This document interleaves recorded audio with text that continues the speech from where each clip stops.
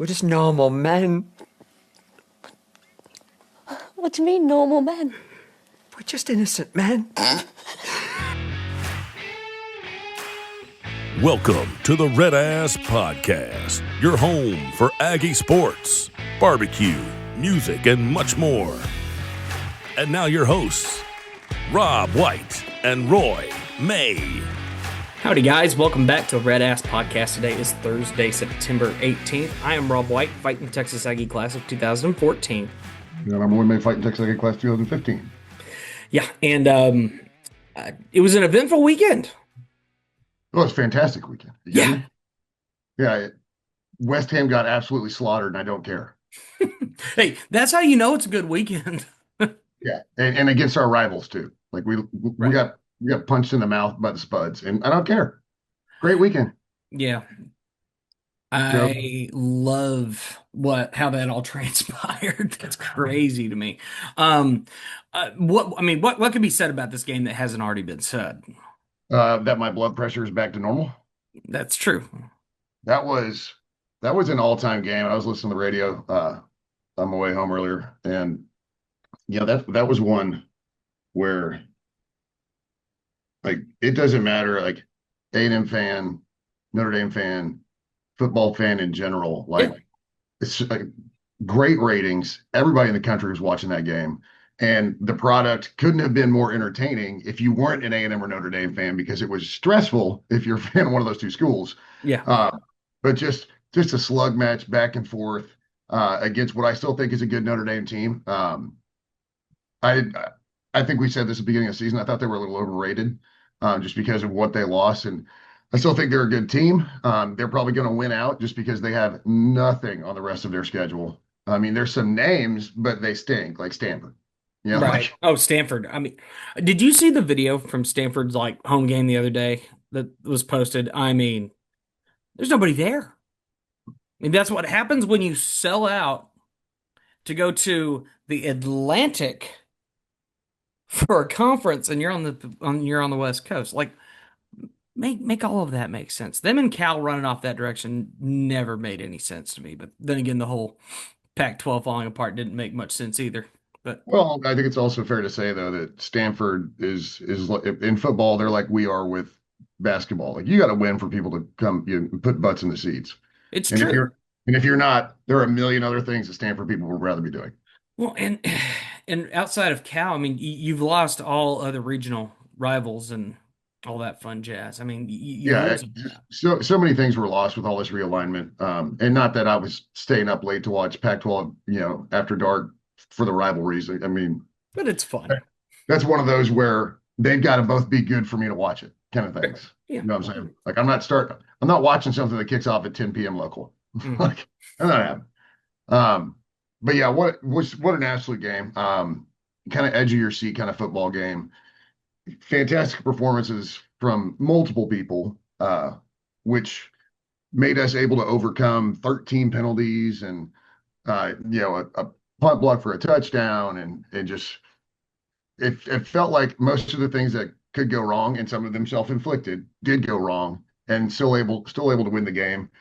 The poise and moxie of Marcel Reed coming in, like, kickoff return gets called back, which ends up being advantageous because even if we go down or if we score, all they've got to do is bleed clock and kick a field goal.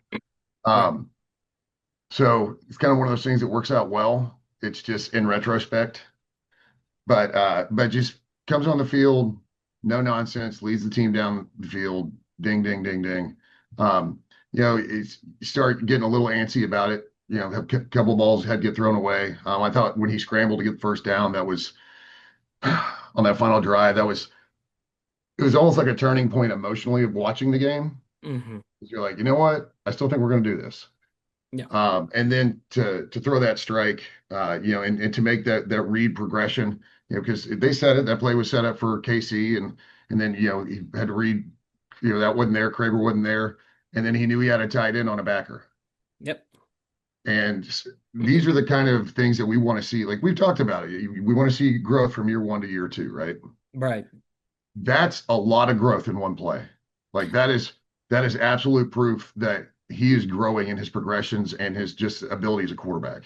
So this game reminded me a lot of Alabama in 22. Do you remember that one? Hmm. Okay. Just the concept of you come down to the final play and you're at the goal line. What does that play look like? How is the poise of the quarterback? How's the hold? I mean, how clutch can you be? And I Yeah, love what I saw out of Marcel Reed in that moment. Over the course of the game, if we go down the stats, which I mean, if you look at his completion percentage, it's not where we want it to be. If you look at yeah. what happened defensively on that side of the ball, they largely did a good job of containing Love by comparison. I think he gained a lot of yardage, but it wasn't. I mean, he only scored a single touchdown. Like you did a good job in that containment there. But it certainly felt like between that penalties and everything else going on in this ball game these are the type of games we don't win. I feel like it's been said time and time again. These are the type of games A&M does not win, and you want it. Yeah, I thought Elko's quote in the post game, just the on-field post game, was perfect. And I was thinking about his quote, having to kick down the door, and I relate it back to being in the infantry, right? You can't clear a building until you kick down the door, Right. right? You got to get in the building. And what we were able to do was take that first step and breach the doorway. And now, and if you want to keep on with the analogy, I mean, clearing a building, it's rigorous. It's not just one room. There's a lot to do. SEC schedule is rigorous. It's It not is. just one or two people left on your schedule you got to worry about. There's a lot of quality in the SEC, and we'll get into that in a little bit. For But sure. I was impressed. I think we talked about how many total rushing yards did they have? 136. Yeah, not nearly as many as you would thought. Yeah, I think we said last week that if we can keep them as a whole under 150, I feel really good about our chances, right? Hmm. And they scored 40 points, so take 7 of those off.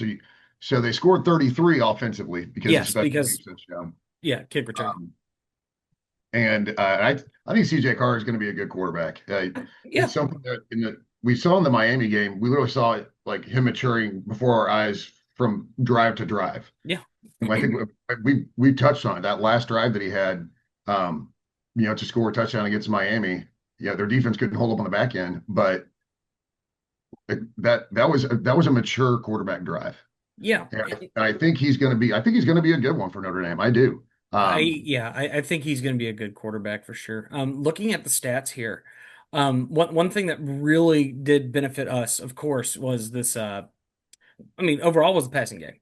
I mean, you're sitting here with 360 yards to their 293, and rushing yards were kind of negligible, right? I mean, we had 128, they had 147 yards rushing, on six more attempts, and we averaged about the same amount of yards per rush.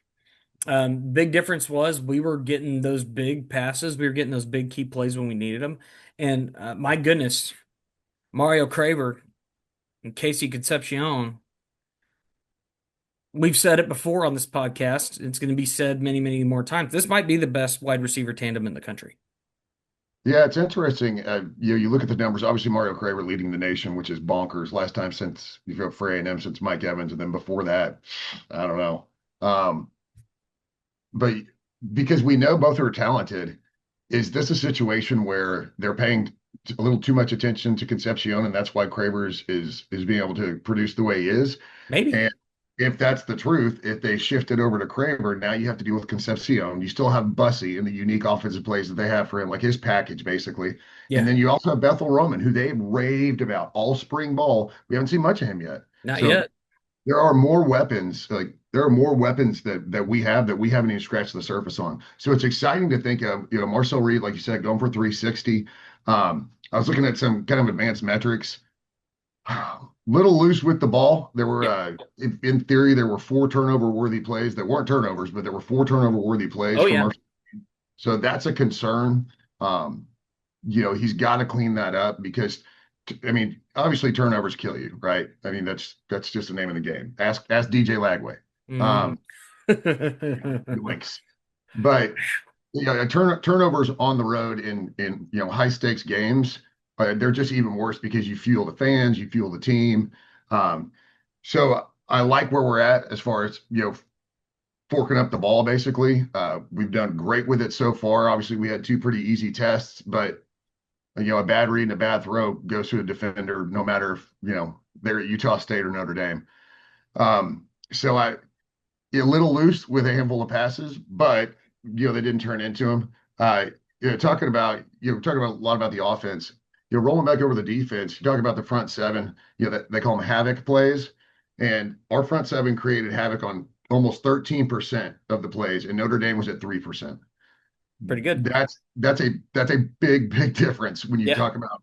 And Notre Dame's front seven is good. Like, they're not like they were last year, but they are still quality. We talked about this. Notre Dame is always going to have talent. The helmet recruits itself. The Golden Dome recruits itself. Notre Dame is never going to be bereft of talent.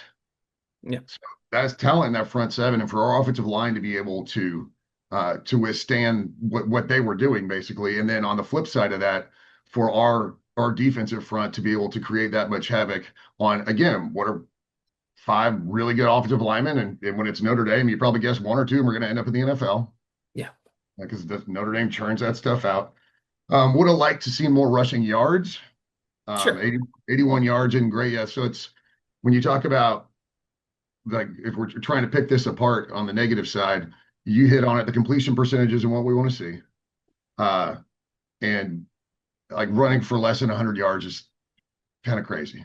I mean, granted, we threw for 360, so it's, again, we rushed 128 yards, but even then, excuse me, Le'Veon Moss had 81. Yeah. That's what it was. I'm sorry. I would like to see more rushing yards out of him. Yes. But what I will say is, he was like, we saw this last year, 4th and 1, 3rd and 1, so like, simple 1 yard, like 1 yard. And we talked about it ad nauseum last year. Like, if you can't get 1 yard, what are you doing, man? Right? Yeah. And down the goal line, offensive line does their job and mans up, hat on hat.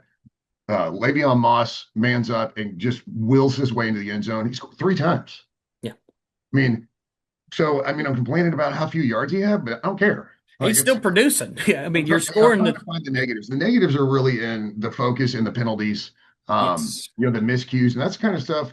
But I will say that's the kind of stuff that over the years have, torpedoed us, right? Yeah, that's the stuff that kills us in these big games that we're not winning.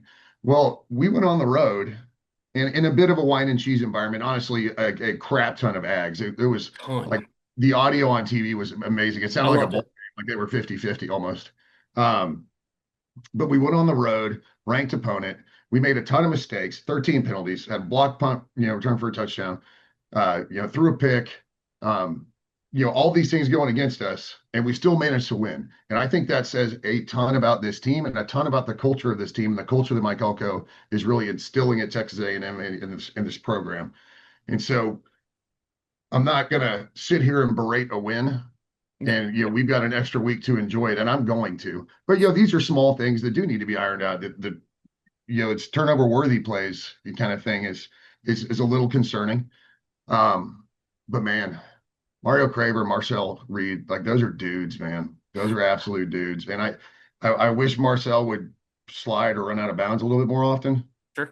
I think having this week, that was a physical game, man. And so I think having this week to everybody, honestly, just kind of lick your wounds a little bit. That's a black and blue kind of game. You come out of it and you're just bruised up. So definitely want to say a quick thought and prayer for our buddy Bryce Anderson. Granted, the reports seem to be good. Yeah, he flew back with the team. That in and of itself is a great report, and obviously, I don't know exactly what he's dealing with. I've had concussions, but I've nothing like that's ever happened to me.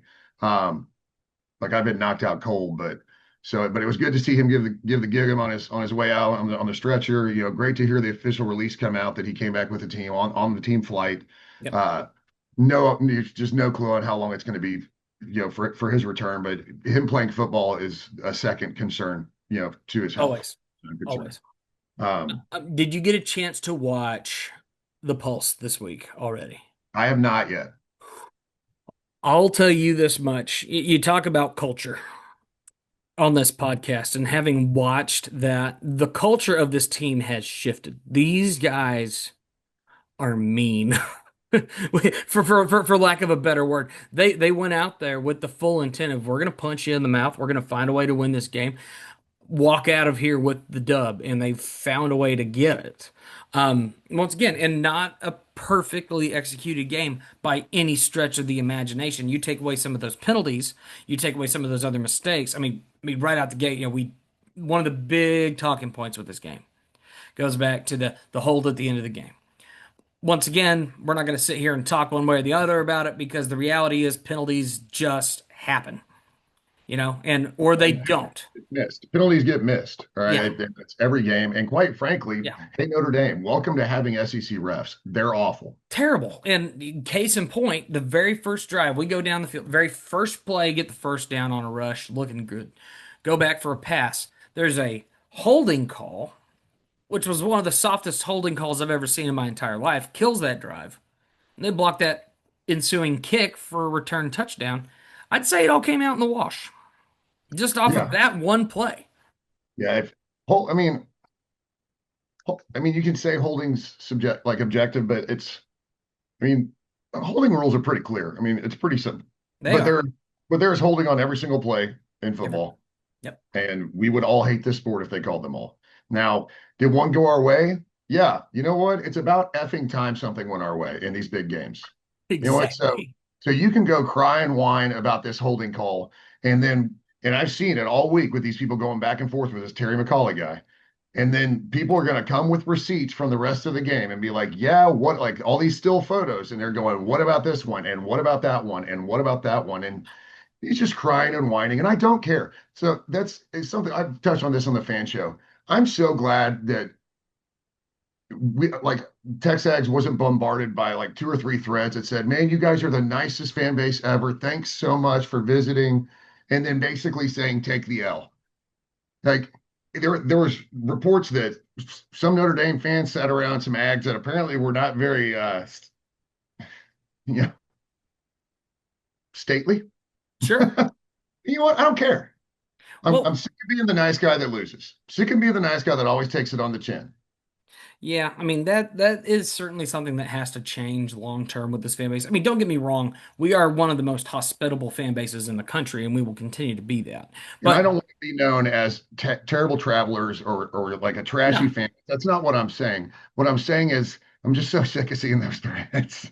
well, my thought, and this is where my brain always goes: be the most hospitable, wonderful people outside the stadium. The moment you walk into Kyle Field, it's 60 minutes of hell. Yeah.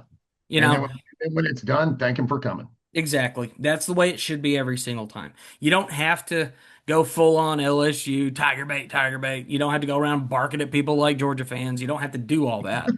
You know? No, I mean, I think we talked about it on the podcast a while back, but they said, if you're going to end some of these international games, like going over to Ireland or something, just send A&M and Georgia. Because between our goofy traditions and Georgia barking at people, all the Irish are going to be like, we don't want these people anymore. They may not let us, Keep them they may off my not let us, island. yeah, they may not let us Yeah. back. My island. Kick us off. Get them out of here. That's the Yeah. easiest way to eliminate that game, I think. But overall, happy with the win, of course. Happy Oh, that it's that. ecstatic that we won this one, that we got this one because these are not the type of games we win. And if you want to change the outlook of your program long term, that's what you got to do. I mean, Elko's got what, 3 top 10 wins in 2 seasons already? Dude, he's is he the dude? That's kind of that's starting to be a question that we can legitimately, I think, try to start answering because now we have data points. Like you You said, have data top points. 10 wins, broke through the road top 10 barrier. Um, Broke a record from 1979 in yeah, terms of, road non-con top tens. it We was hadn't Pitt. beaten one since Penn State in what was it, 79? That Long was time. Pitt. I think it was Pitt. Penn State. No. But regardless, doesn't really matter. The reality is things are changing Yeah, and things largely are for the better, I think. Well, obviously for the better. I mean, that win is proof. Yeah. Going back to the schedule a little bit. So Yes. we talked about this. I I've talked with people that have a different opinion on this. I like where this bye week is situated, especially knowing now, that we got the dub, Yes. and but also knowing how physical of a game that was, having an extra week to prep yourself before getting into conference play. You get to watch Auburn this week against Oklahoma, so you should get some really good tape on Auburn Sure. because so far, who's Auburn played? Baylor. Baylor. Yeah. And what do we know about Baylor? I mean, I guess we'll know a little bit more this weekend because they're hosting Arizona State. Yeah. But how good is Arizona State? So I mean, all the transitive properties in the world. There's no way to know. But OU is for real. So we're going to know more about Auburn after this week because OU is for real, and they're having to go to Norman to do it. And Mm-hmm. John Mateer is real, and that Oklahoma defense is real. Yeah. Which is such a weird dichotomy, right? I mean, we're so used to Oklahoma being the team that's gonna just blow you away with points, defense be damned, and all of a sudden they're running around with a defense. And you're like, Yeah, they had well, that's a Venables thing, right? I yeah, mean, that's what we expected when they hired him was for them to have fantastic defense, yep, and struggle on offense as opposed to the Big 12 OU where it's air it out and if you can't score 70, you ain't beating us kind of thing. yeah, Stoops. So I think Auburn or not Auburn, excuse me, OU is going to show us a lot because I think they're good because John Mateer is legit. He Now, looks great.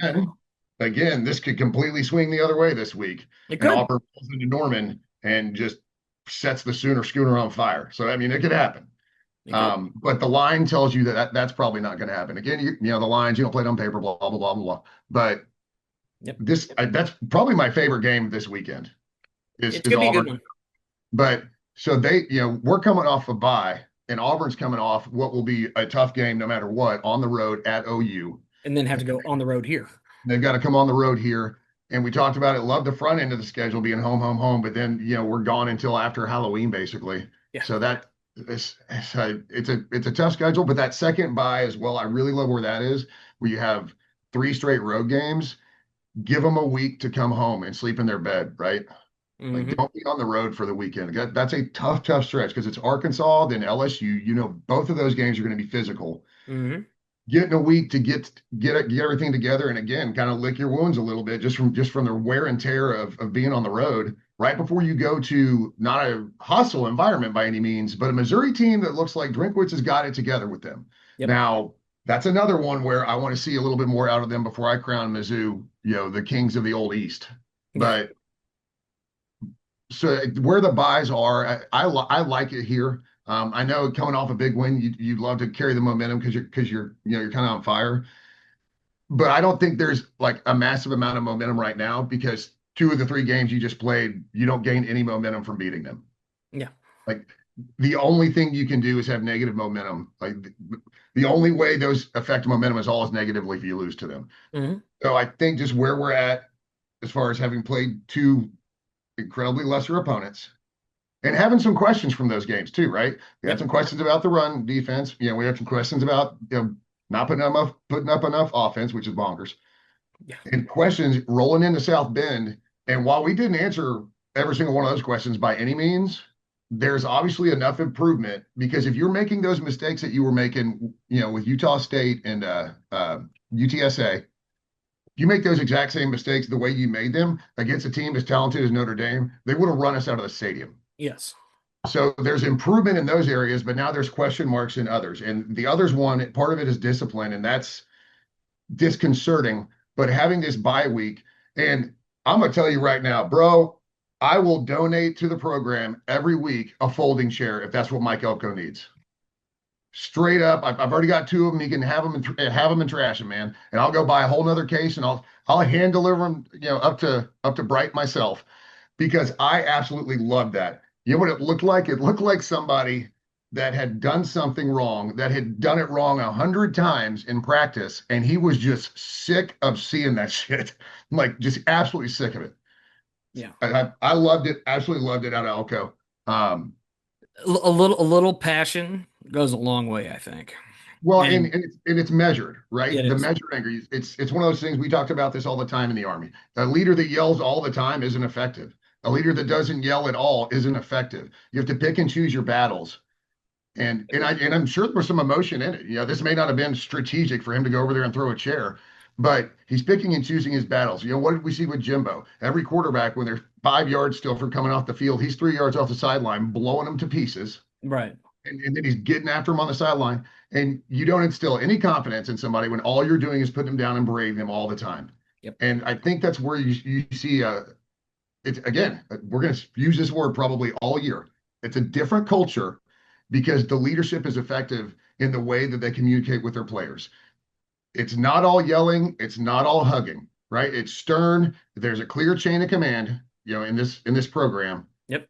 And there will come a point where he will absolutely explode. And I love it because he doesn't always do that, right? He's not a hothead by any means, Yeah. but you can tell he's passionate about it. And that's all I ask for out of coaches and players. Yeah, I mean, you see a lot of that camaraderie, especially in that locker room, like both before the game, during halftime, after the game, on the pulse. It was beautiful to watch. You definitely need to go check it out. I know. But I'm getting to it. I know. I gotta watch you're fine. I'm just highlighting that there were some very top level moments in that particular episode of the Pulse. It might be my favorite episode of the Pulse we've ever had. Well, And we've had some good ones. And that's the funny thing. It just everything is so much better when you win. Winning Always. solves everything. Yeah. Well, and winning will get you a long way down the road in terms of not just the fan support, but also your confidence, also the way you're going to conduct yourself in those future games. I mean, though, you did mention upcoming schedule here, and I do have it pulled up. And this does kind of line in with a question that was asked, which And was both of us picked this preseason. We picked us to win all three of these yes, because it was it's Auburn, Florida, Mississippi State, and Florida. Mississippi State, then Florida. Okay. Yeah, all three at home. Well, since it's a bye week, let's jump on that real quick. Sure. All right. So Auburn, I think this is a TBD. I like where we're at. Obviously, I don't think Auburn is as good as Notre Dame. We get them at home. Yeah. Everything points to a win in this one. Let me watch them play OU. I'm with you on that. I lean A&M victory for sure. But Yeah. on the same token, I do want to see how they look going into next week. We'll see how they do against Oklahoma. Yeah. State beat Arizona State, right? And have largely looked solid. They're 3-0. We thought that could be a really big program win for them, right? Because at the time, I believe, was ASU ranked at the time? They were. Huh? They were ranked off of previous success from last season, but Yeah, they ranked. were ranked off of Scatteraboo. Yes, ranked on Scatteraboo. Who is amazingly fun to watch in the NFL. I don't know how long he's going to last, but so big win for State. But do you believe in State? I mean, do you really? Was Arizona State a ranked team? Because I'm going to tell you right now, they're playing at Baylor this week, and if Baylor beats them, all of a sudden we're going to think that State has no wins on their so far that are overly impressive. Well, and the other thing to consider with Mississippi State, that will be the night game. That will be the blackout game. So people will be hyped for that. They'll be the Rev Eye Patch game. Yeah. So again, still leaning that way, and probably more so for that than the Auburn. And then Florida for sure at this stage. They looked at this point, but Billy Napier, dude, he's deer in headlights, man. I don't know if he'll be. Well, and that's the thing. He may not be there. Coach, that's like a 99% win probability for me. If they have to have an interim coach or whatever. My biggest problem with that, and I wanted to talk about this, and not just to talk about Florida football, as we're not going to dive into their program. Yeah. What kind of coach are you if you leave a quarterback in to throw 5 interceptions? Do you know what that does to a quarterback's psyche, especially a young quarterback who, first of all, is injury prone? So I know that there's hesitation there at some point, whether he recognizes it or not. There's hesitation, with injury. But to let him a 5th turnover, is there literally no one behind DJ Lagway that you can't just put in? But the thing is Florida was still in the game because Florida's defense can play. So here's the real question I think you have to ask yourself, whether it was pulling DJ or changing your strategy a little bit. Maybe run the ball. Yeah, just do something because right now you got to figure after 3 interceptions, you're putting this on a quarterback who has no faith and ability to throw to the guys in the right jersey. Yeah, I mean, Five pick. That's like leaving a pitcher in that plunks the bases loaded and then plunks in an RBI. DJ almost threw 50 passes in this game. 30, Oh, 33 completed. Well, 38 completed if you count the five picks. But, the guy the threw numbers aren't bad. so many passes. I mean, you only had 27 carries in the game. Yeah, Le'Veon Moss had 20 by himself. Yeah, and they only had Target. 27 for 79 yards. I mean, they didn't commit to the run at all. No, and they've got to, and obviously this goes without saying, but if for some reason you're watching this, you don't know much about football. In any offense, but especially one with a younger quarterback and one that is throwing to the wrong team in the current game, the running game protects the quarterback and it protects the passing game. If Mhm. you're not running, you're posing no threat, and they can just load up in the secondary and laugh when all you do is throw picks. Mhm. 5 picks, man. So Nuts up. yeah, I don't think Napier's going to be the coach. So I'm still leaning Florida. Okay. I think that's a solid pivot into our picks from last week. Oh, okay. Yeah, sure. Let's get into it right quick. I still got a couple of questions, but Yes. we'll backload them. Yeah, we got some questions. All right. Last week you went 3-2, and you were happy to eat the crow on the Notre Dame. You said it, so absolutely. Okay. We all called Georgia Tech. Yeah. Man, Dabo's in a bad way. Whoa. It's fascinating to watch anytime he loses a game, how quickly he turns on the press. And Oh, go ahead. looking at Georgia Tech, okay, they should have won this game by a lot more. Yes, absolutely. They got stopped on fourth down in the red zone too many times. They had too many little things here and there that largely kept Clemson in this game. Clemson's not a good football team. They're not a I, good football team. I was wrong. I was wrong. I I thought was Clemson wrong. would be a good football team. We both picked Clemson to beat LSU because we thought Clemson was going to be something. Clemson was a 4-point favorite in that game. Yeah, Yeah, Clemson is not good. Clemson I, no good. I don't know what's going on there. Next game, Josh Pate made a really good point. I'll tell you what one of the biggest issues with Clemson is right now. They haven't largely gone after the portal for need. they don't. Yeah, They don't that's do like the that. Dabo thing. Yeah, Dabo refuses to utilize the portal, and unfortunately, they're missing out on some key pieces they might need, and it's hurting them. Absolutely. And speaking of tirades at a press conference, Brian Kelly, oh, bad day to be a reporter, man. I mean, don't get me wrong. I think Pulling the Schlossnagel. a lot of it, Yeah. a lot of it. All right. Next one, we both donked. We both picked USF to upset Miami. So I'm going to go back to what I was saying. I think Miami's a good football team. I do. Well, we both picked them to make the spread. They did Oh, that's not. right. Yeah, we both picked the spread on that one, and they did not cover the spread. No, they didn't cover the spread. Not at all. 17 Yeah. and a half, not covered. Miami good. Yeah, Miami's good. Miami Absolutely good. I don't think USF was just one of those propped up darlings. I think USF is going to be I kind of do. that princess, power for group of five, group of six, whatever it's called. I'd argue Miami's top three team right now. I know they're ranked whatever, like fifth or fourth or whatever, but they're top three for me. Yeah, I'm with you on that one. Next one, Vandy at South Carolina. Lenore Sellers gets hurt, Yeah. but I don't think that matters. I don't think that mattered at all. Vandy looks good. That's weird saying that. So, you know what? I got it wrong. You got that one wrong. I did get that one wrong. 1, 2. So you went 2 and 3. I went 2 and 3. I was about to say I was like 3 and 2. I was like in my head, I know I lost more than Yeah, that. sure. We both picked Ole Miss to beat Arkansas. Yeah. Good. I mean, Arkansas put up a fight, but Yeah, what are you gonna but do? in Oxford, maybe if that's in Fayetteville, it goes the other way, or it's a little tighter. And then I picked Maybe don't Jackson. give up 24 points in the second quarter. Yeah, Might help you. you picked Notre Dame, I picked the Aggs.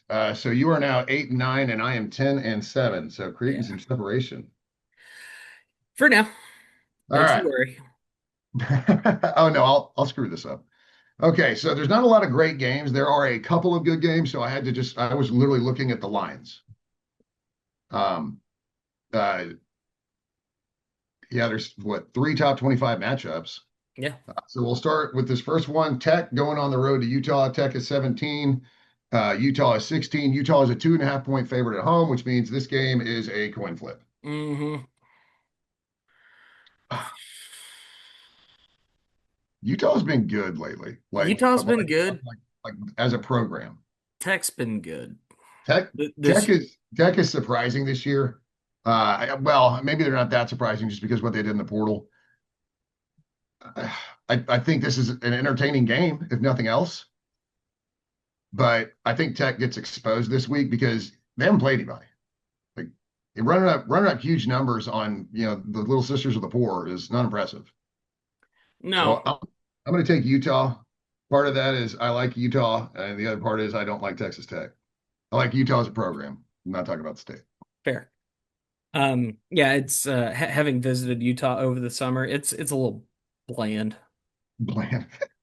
The entire Salt Lake City like metro is a watered down version of Denver. That's all it is. At least that was kind of my flavor of it.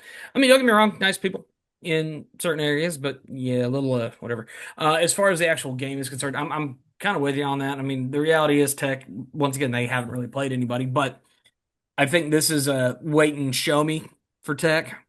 Meanwhile, I think Utah, with it being at home, having everything looking their way, I'll go Utah. So we'll see about Tech, but right now I'm going Utah. Well, and it's elevation. There's a handful of things that go into this. Could play factor. All right, Auburn's going on the road to Norman. OU is a 7.5-point favorite in this. Auburn's number 22 in the country. OU is 11. I was surprised that this line is as big as it is. Yeah. But I think this one's easy. I'm gonna go OU at home. I think OU, but I think Auburn might cover. I think they might keep it tight. I mean, I hope it's an entertaining game just because I'm gonna be watching. Me too, but So you're gonna take OU? Boomer Sooner. Boomer Sooner. Another top 25 matchup between two teams I don't really know anything about.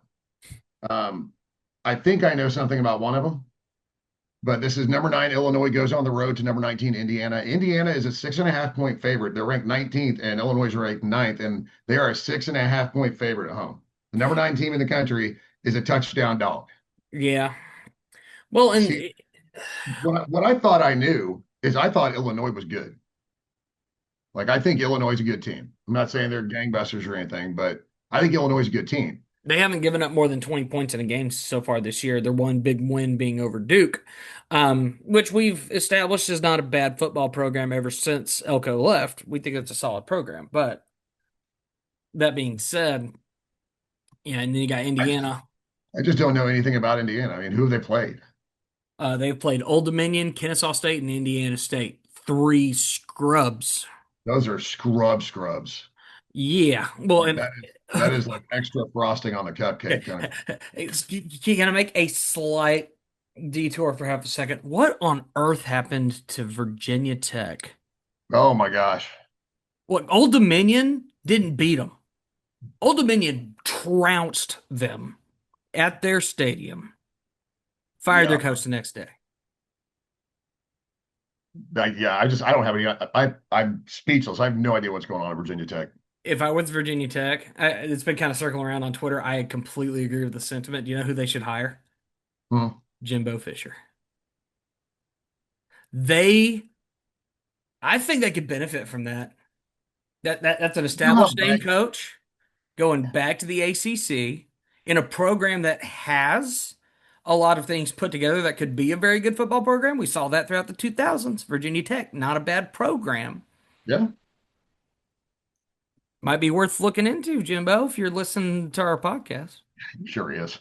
Oh, I'm sure he's just loving the idea of an A&M podcast. Gives all the money to his ear. He's going to be like, I'm good, thanks. Yeah. You know what? I'm going to take an upset. I'm going to take it. Upset by the way, Vegas. I'm going to take Illinois. Okay. Oh, you are taking Illinois. Yeah, I'll take the Fighting Illini. Okay. A touchdown dog. This one's a tough one for me. You know what? I'm gonna go Indiana. All right. Let's create a little separation. Who's your daddy? Plus, with it being in Bloomington, first real test for this number 9 team that's largely been riding off of what they did at the end of the year last year. We'll see. So is Indiana. True. Not incorrect. This could be a really great game because they're both imposters. It could be. I'm hoping that it's a good game. That's the most important. The Imposter Bowl. and All they're right, next I've impossible. got so this is kind of a big one, even though it's only one of the teams that are ranked. I've got Michigan, number 21, Michigan going on the road to Nebraska. Michigan is a 1.5 point favorite on the road.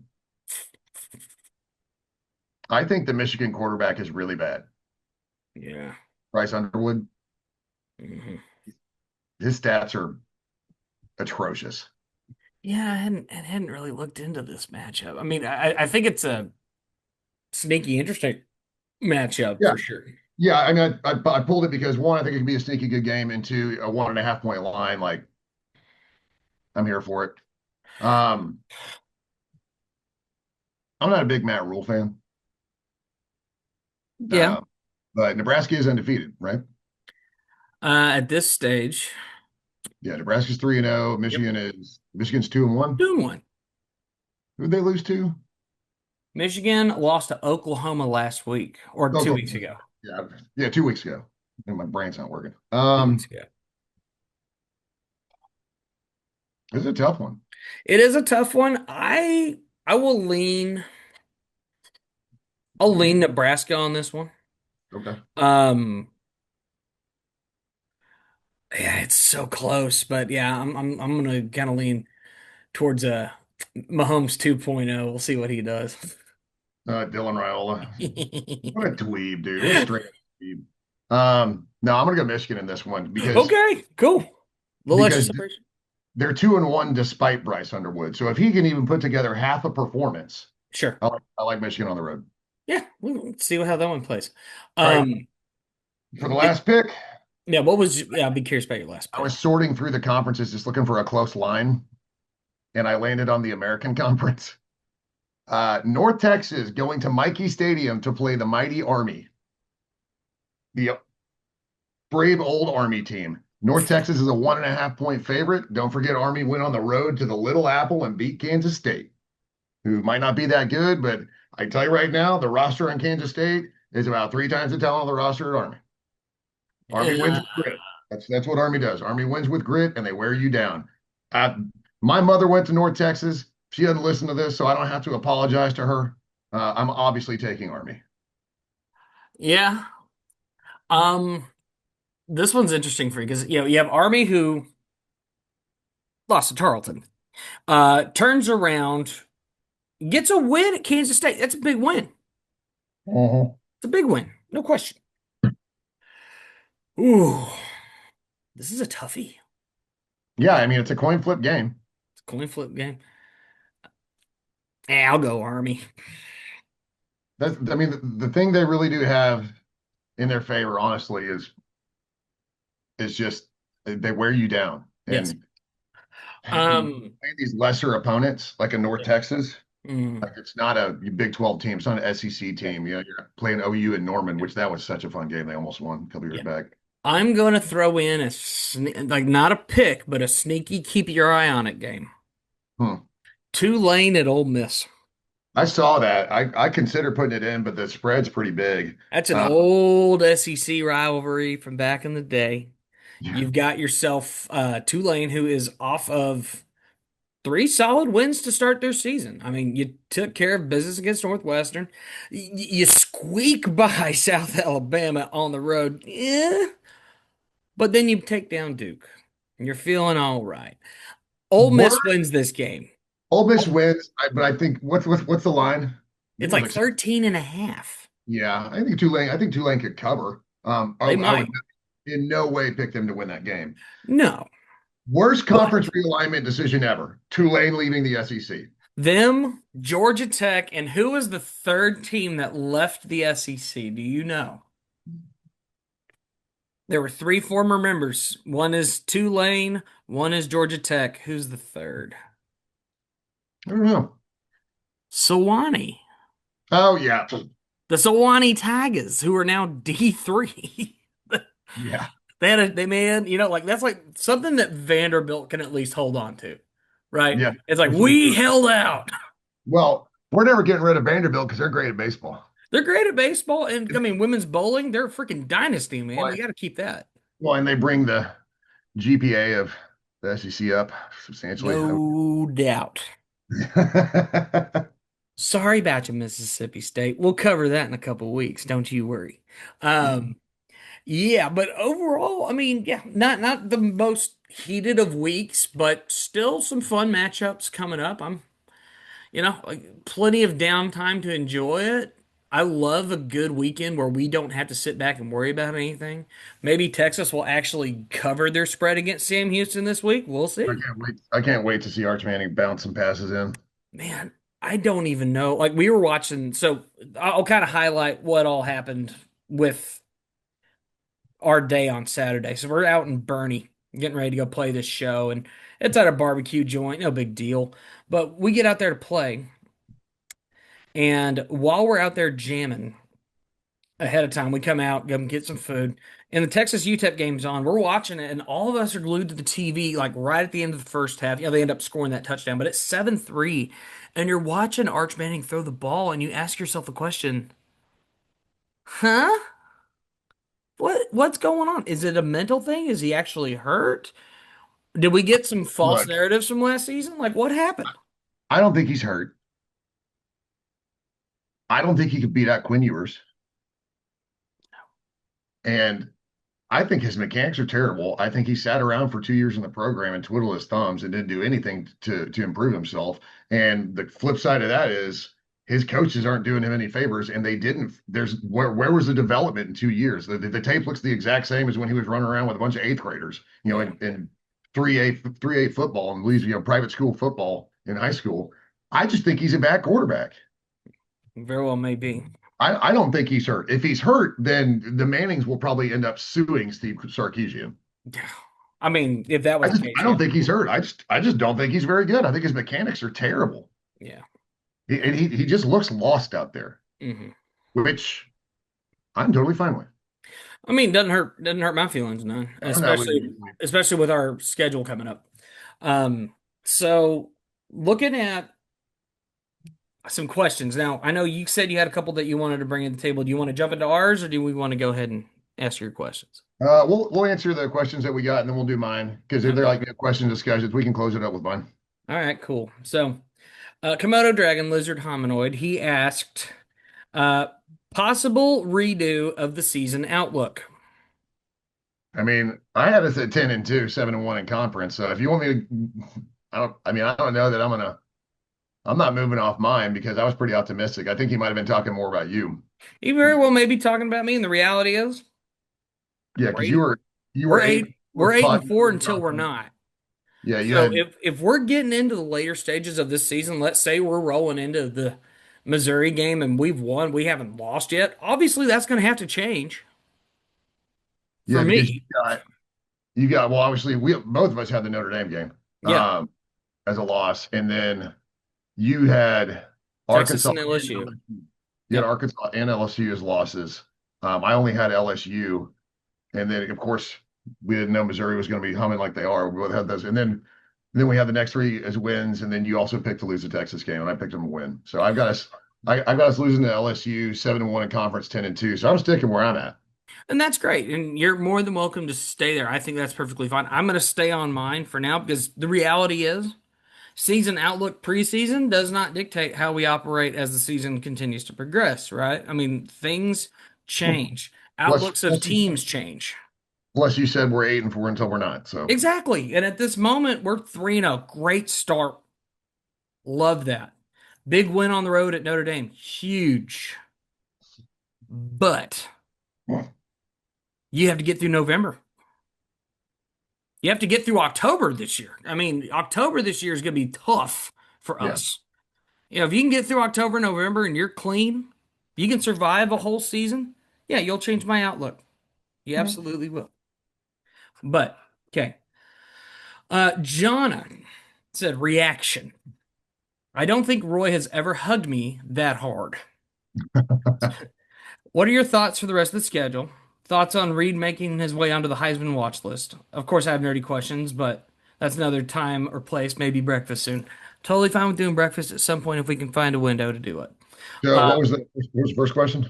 so it's more, what are your thoughts on the rest of the schedule, which kind of lines up with what Yeah, we were talking about. yeah, we just kind of covered that. The second one was about Reed being in the Heisman stuff. Reed being on the Heisman watch, and I mean, he's doing his job. He's 3-0. He's got great stats. He's got a signature win on the road. Yeah. I have no problem with it. The only problem I have with it is the same problem I have with preseason rankings. Preseason Heisman rankings are stupid too. Oh, no question. I like that I'm seeing more and more of these kind of individuals like Pat McAfee and Josh Pate. This is my Heisman list because this is what I have seen with my own eyes. Right. No bias from before the season started. This is what I've seen with my own eyes. So these are my favorites. And that's how that's how it needs to be done anyways. But the top 20 preseason rankings are, we could do a whole podcast on how much I hate those. Oh, yeah. But I think it's well deserved. I don't think it's never a bad thing. Man, if you got a quarterback that's even in the Heisman discussion at all, and your team is doing well, because that's basically, it's a quarterback award. Right. Now, could you make the case that Mario Craver should be on there? You could. Close, but it being really a quarterback award, my thing is, if he wanted to really be in the Heisman discussion, he'd have to be returning punts or something, right? It's like when Charles Woodson did it. Great defense, but then also was returning kicks and punts. So I think it takes a little bit more, but he's absolutely, that's Biletnikoff stuff is what you're talking about with what Craver's doing. I mean, leading receiver in the nation, first time since Mike Evans. Unbelievable. Good for him. I'm very happy for him. I'm Will happy for us. Yeah. Yes. Will I Am Whiskey Tex on X Twitter said, my biggest cue for the team is how do you fix issues caused by the lack of focus and consistency? Shanked punts, blocked punt, dumb penalties, pre-snap penalties, lack of consistent effort. Who is going to change the culture and hold others accountable besides throwing chair coaches? I'm not seeing a lack of effort. Like I'm not seeing that. Sure. As far as just penalties are one of those things where obviously, I mean, generally it's mental, right? More often than not, especially any pre-snap penalty is mental. That's all it is. It's discipline and it's mental. Within play penalties, sometimes it's mental, sometimes you just get beat. That kind of feeds into, something I was just kind of looking at. Is this how we're just going to play? We're just going to survive it this year, or can this be remedied? A lot of that can be remedied, quite frankly. It can be remedied pretty quickly. So I think what we saw was a bit of a blip, more so, because it just seemed like everything was a mistake, right? You had problems with punt coverage, had problems with penalties, had problems with pre-snap penalties. I mean, I trust it to get fixed. Yeah. We've got a great punter. I mean, things happen. It's certainly none of this was on purpose, and I don't think anything had to do with effort. I think this was more in between the ears kind of stuff. Yeah. And so I'll reserve judgment on discipline, until I see another game or two. And if we play Auburn, we have a dozen penalties, and then we rack up another 10 penalties the next game, then it is a legit problem that you may not be able to address. You may just have to overcome it. Yeah. So that was kind of it on the questions. I did see something that came out an hour ago from Fox College Football. So RG3 put out his current Heisman rankings. He has Marcel Reed number 1, and he has Mario Craver number 7. He loves Marcel Reed. Yeah, he's a big fan. And he's got Carson Beck behind him, and then Tommy Castellanos from Florida State, Soy Robertson from Baylor, Baron Morton from Tech, and then just kind of it's mostly quarterbacks on that list. Yeah, I mean it's a quarterback award. It stinks that it is, but it is. That's what it's become. Especially in the world, in the world of football we live in now, where these offenses are so high octane. You don't have a Barry Sanders. You're not straddling some dude with 35 carries a game. Yeah. So it's a lot of that is just a product of what the game has become. I think, honestly. You're right. All right, I got a couple for you, just little discussion points, and then we can close this out. Cool. All right, Mario Craver is obviously a dude, right? He's a dude. Obviously a dude. Do you think he'll be as good as Mike Evans?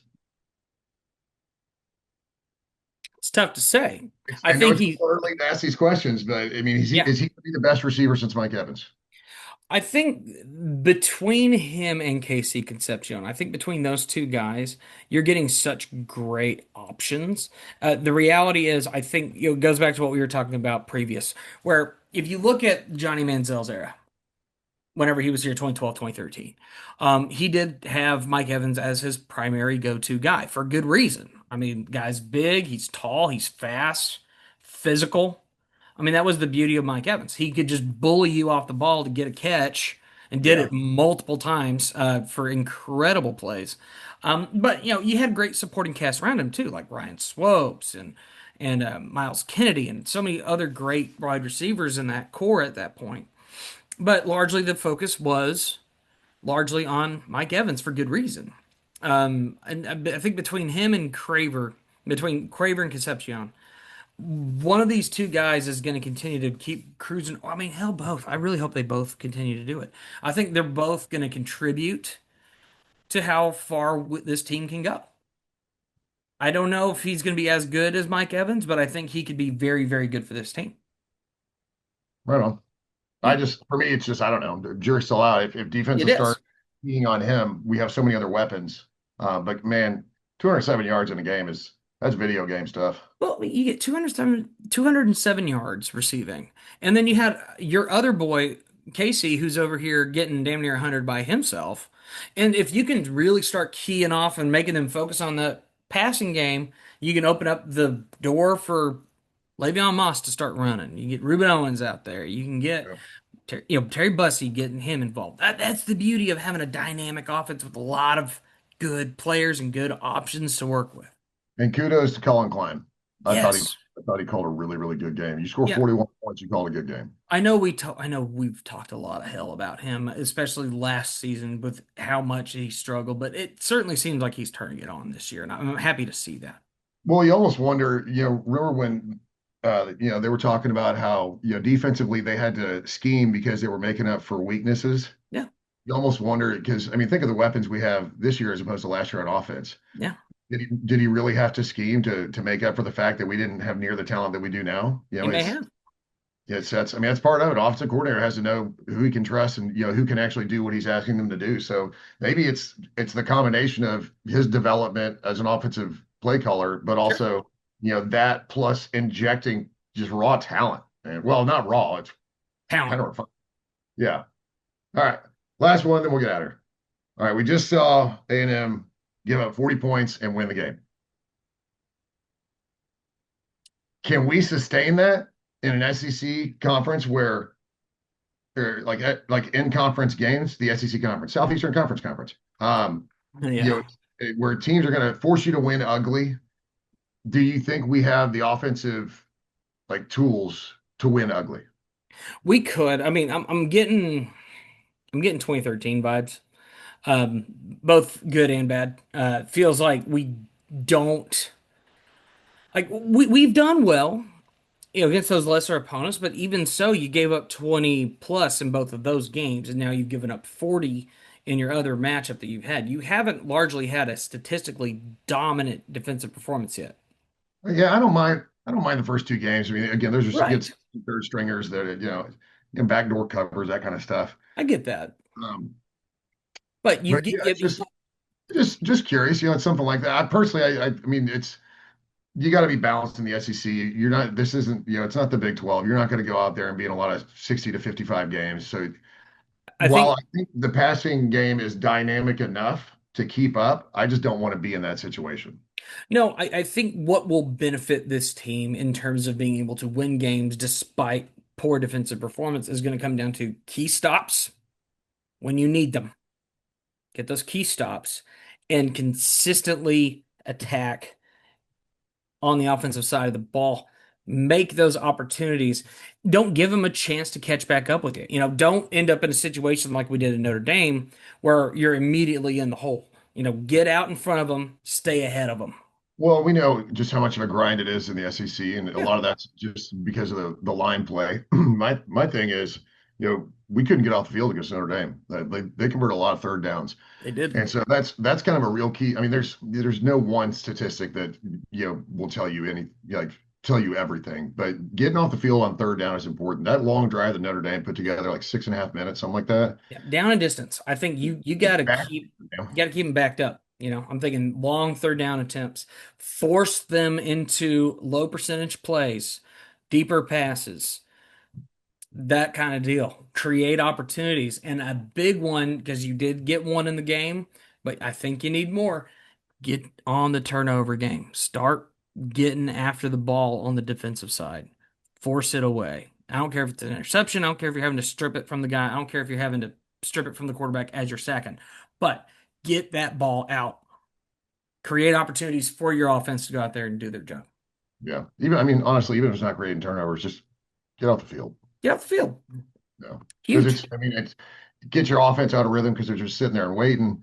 Yep. It takes a toll on you defensively. Especially if you have multiple drives like that throughout a game, it just wears down on you. So, Sure all does. right, Yes, so that's about what we had for you guys this week. Be sure to follow us on our socials. That's gonna be Roy May 15 on X, Roy May 15, or Roy May Jr. on Instagram. Of course, Rob the Slapper on both X and Instagram. Be sure to follow the Red Ass Podcast too. Give us a like, give us a comment on YouTube, get a comment on our videos on Instagram, comment below the video on Twitter X. I don't care.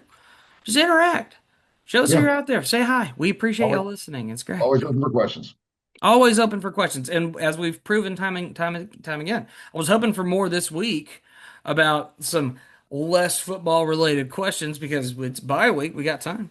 But fire in your questions as you see fit. We do appreciate you guys doing that so much. And be sure to like, subscribe on YouTube, hit that little bell so you know whenever we're uploading and all that fun jazz. But I am Rob White. This is Roy May. We are the Red Ass Podcast. Thank you. Take care. Beat the ever living hell out of the bye week, and we'll see y'all next week. There you go.